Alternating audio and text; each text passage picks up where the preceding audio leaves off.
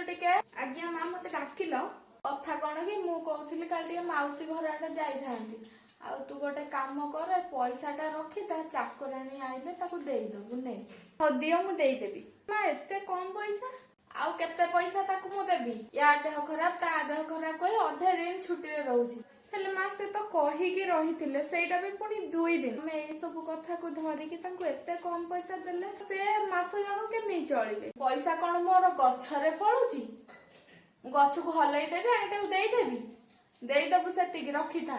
ଏ ତମ ପୁଅ ବି ତ ଯାଇ କୋଉଠି କାମ କରୁଛନ୍ତି, ମାଲିକ ବି ତାଙ୍କୁ ଦିଅନ୍ତି। ତାହେଲେ ଥରେ ଭାବିଲ ଆମ ଘର କେମିତି ଚଳିବ? ଆରେ ମୁଁ ତ ଚିନ୍ତା କରିନଥିଲି, ତୁ ତ ମା ସତରେ ଠିକ କଥା କହୁଛୁ। ଯଦି ମୋ ପୁଅର ଏମିତି ଅବସ୍ଥା ହବ ତାହେଲେ ଆମ ଘର କେମିତି ଚଳିବ? ହଉ ରହ ମୁଁ ତତେ ପଇସା ଦଉଛି, ତୁ ଚାକରାଣୀ ତାର ସବୁ ପଇସା ଦେଇଦବୁ।